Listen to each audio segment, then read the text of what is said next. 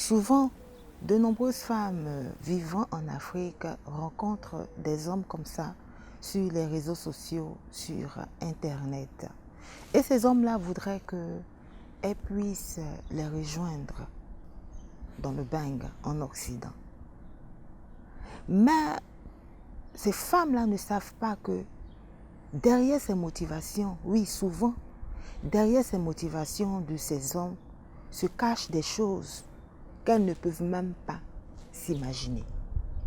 C'est ce que j'ai envie de te raconter dans cette nouvelle histoire des petits secrets de Benguiste.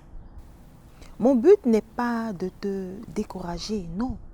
Mon but, c'est de te faire prendre conscience de certaines réalités, des vraies réalités de la vie ici en Europe. Parce que si tu ne le sais pas, cela fait plus de 8 ans que je vis en Europe et j'ai expérimenté, j'ai vécu certaines choses que je voudrais partager avec toi. Je voudrais que, à travers tout ce que je vais te raconter, tu puisses être armé pour mieux te préparer pour ce projet qui est formidable. Si cette démarche t'intéresse, alors cette vidéo est pour toi.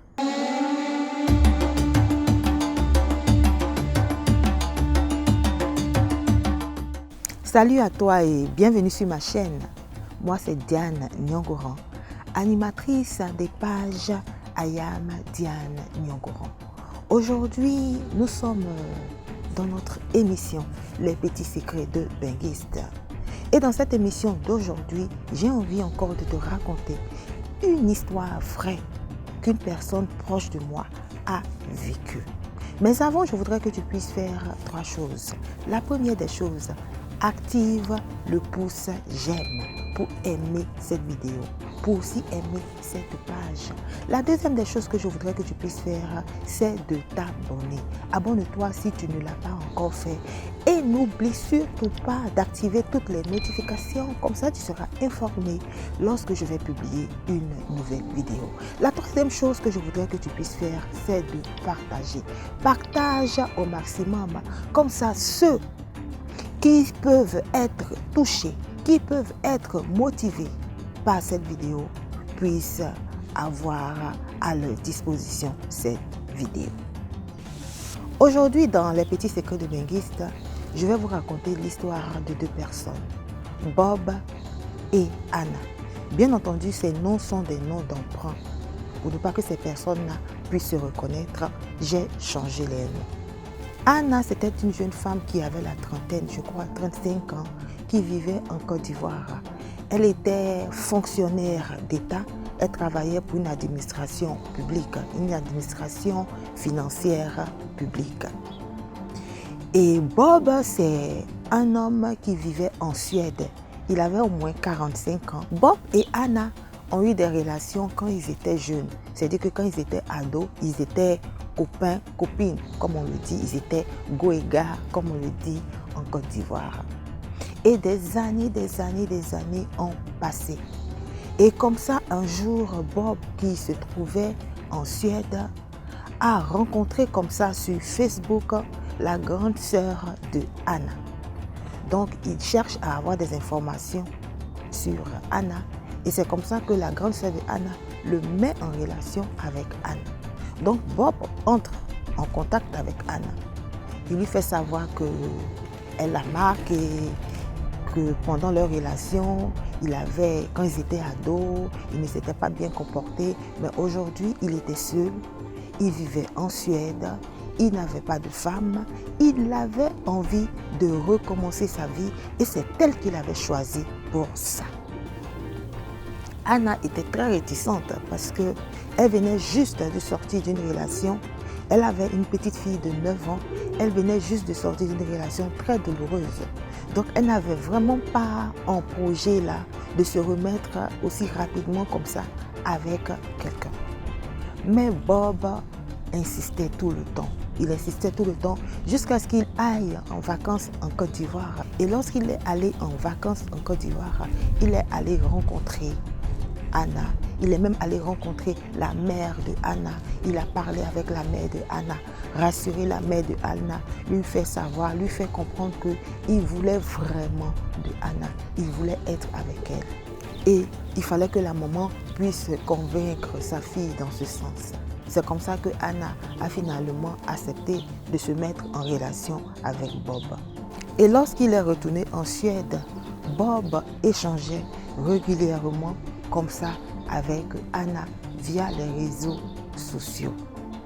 Donc une relation à distance avait débuté et cela a duré au moins pendant 1 an. Et à chaque fois, Bob insistait. Il voulait que Anna puisse le retrouver, puisse le rejoindre en Suède. Mais Anna travaillait en Côte d'Ivoire. Elle était fonctionnaire d'État. Un travail qu'il était difficile, qu'elle a eu difficilement parce qu'elle avait son aîné de grand frère qui était aussi un cadre, un homme bien placé dans une structure financière. Et c'est lui qui l'a aidé à avoir ce poste. Donc Anna était réticente, elle ne voulait pas laisser tomber son travail, mais Bob insistait.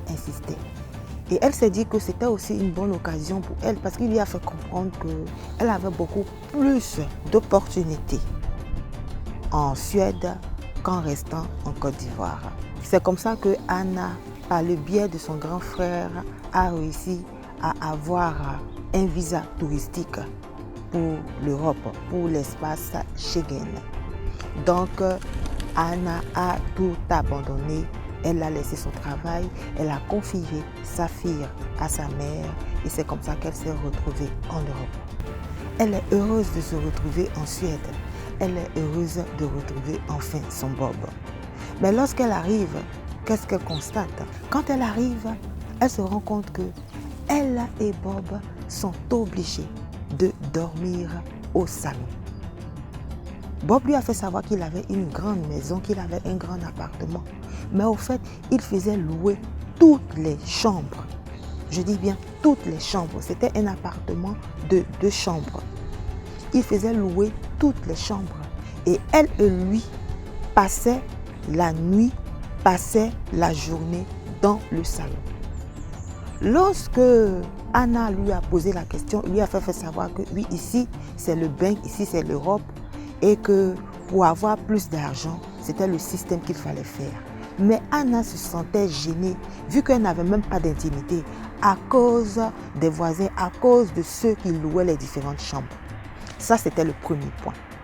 Le deuxième point, Anna, 3 mois après, est tombée en situation irrégulière.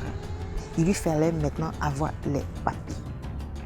Elle en parle à Bob et Bob lui fait savoir que la solution qui lui restait, c'était de faire un enfant. Anna n'arrivait pas à comprendre, elle lui disait mais c'était pas mieux qu'il se marie. C'est là que Bob va lui faire comprendre qu'il est déjà marié. Effectivement, Bob était déjà marié. Il était marié, il avait déjà fait un mariage, un arrangement de mariage, c'est-à-dire qu'un faux mariage. Une personne qu'il avait déjà payée pour qu'il puisse se marier pour avoir de l'argent. Donc Bob était dans l'incapacité d'épouser Anna et l'aider ainsi à avoir les papiers. Anna était choquée parce que ça, elle ne s'attendait pas à ça. Ça, lorsque Bob était allé la voir en Côte d'Ivoire, il lui avait jamais dit qu'il était déjà marié et qu'il ne pouvait pas l'épouser. Elle pensait que quand elle allait le rejoindre en Suède, c'était pour qu'ils se marient, c'était pour qu'ils vivent ensemble, pas dans ces conditions-là. La troisième chose, Bob avait un enfant, un autre enfant. Au fait, Bob avait 3 enfants, mais il avait fait venir un enfant, une de ses filles qui était en Côte d'Ivoire, qui était toute petite, je crois qu'il avait 11 ans. Et Bob avait besoin, au fait, d'une femme pour s'en occuper parce qu'il n'avait pas le temps. Il n'avait pas le temps, c'était un grand alcoolique qui passait son temps à boire. Donc, il sortait beaucoup. Il avait juste besoin d'une femme aussi pour s'occuper de cet enfant-là. Voilà pourquoi il a incité Anna a tout abandonné et est venue le rejoindre. Anna était totalement abattue. Bob ne pouvait même pas lui donner de l'argent, vu qu'il vivait aux dépens des services sociaux. Il ne pouvait même pas l'aider financièrement. Il ne travaillait pas. Il ne pouvait pas l'aider financièrement. Elle avait tout abandonné, tout abandonné. Elle avait laissé son travail en Afrique. Qui allait maintenant pouvoir s'occuper de sa fille? Qui allait pouvoir nourrir sa fille? Elle qui aidait sa mère, qui allait le faire? C'était elle. Mais aujourd'hui, croyant à Bob, ce gars qui lui a dit qu'il était prêt pour elle, ce gars qui l'a incité en lui faisant miroiter des choses, était en réalité un menteur. Anna a essayé plusieurs fois de tomber enceinte parce qu'elle savait que c'était la seule solution qui lui restait. C'était la seule solution qui lui restait. Mais vu ses antécédents déjà des précédentes grossesses, il était difficile pour elle de tomber enceinte. À chaque fois qu'elle tombait enceinte, elle faisait une fausse couche. Donc, elle avait commencé à stresser. Elle avait commencé à maigrir. Elle avait commencé à mal se sentir, à déprimer. Mais je ne sais plus si Anna a finalement réussi à avoir cet enfant et régulariser ainsi sa situation. Je ne le sais plus parce que j'ai quitté la Suède depuis au moins 3 ans, plus de 3 ans. Donc je ne sais plus ce qui s'est passé pour Anna. Mais pourquoi j'ai eu envie de vous raconter cette histoire-là? C'est pour parler aux femmes.